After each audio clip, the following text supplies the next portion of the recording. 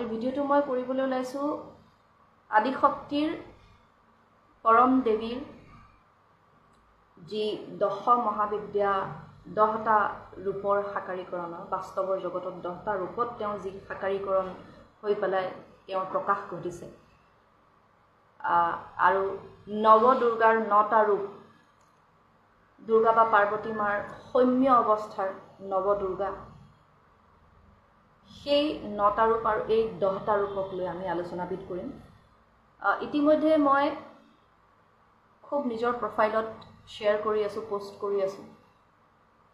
এতিয়া গুপ্ত নৱৰাত্ৰি চলি আছে আছিল দুদিন আগত পৰহি খতম হৈছে শেষ হৈছে হয় আপোনালোকৰ অলপ কনফিউজনো হ'ব পাৰে মনত যে এতিয়া দিছো গুপ্ত নৱৰাত্ৰি বা অমুক মাহ কমলা মাহ আজিৰ দিন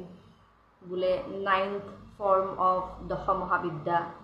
আকৌ দিছো বুলে মই সিদ্ধিদাত্ৰী মা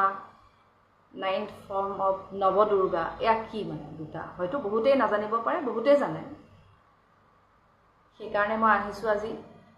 মই যি এটা জানো সেইখিনি শেয়াৰ কৰিবলৈ শিকাবলৈ নহয় আজিকালি সকলোৱে জানে this is the age of information সকলোৰে হাতত আজিকালি ঋগবেদো পায় অনলাইনত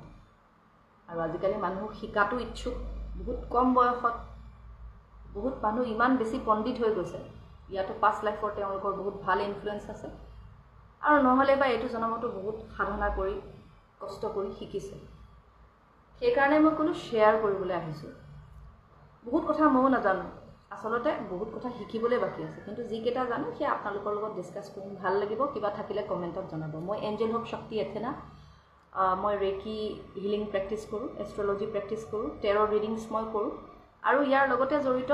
বহুতো ইএফটি টিএফটি এনেকুৱা ধৰণৰ হিলিং মডালিটিজ আছে সেইবিলাকৰ কথা পিছত কেতিয়াবা আলোচনা কৰিম আপোনালোকে মোৰ প্ৰফাইলত বায়োত চালে গম পাব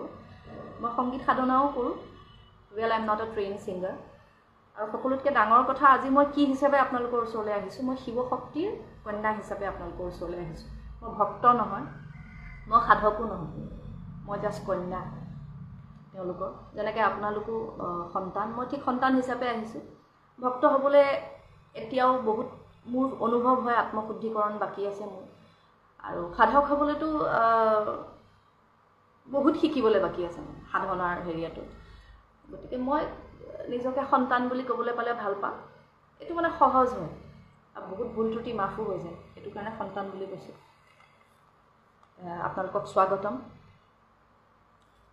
আমি যদি এতিয়া কওঁ 10 মহাবিদ্যাৰ ৰূপ বা নৱ দুৰ্গা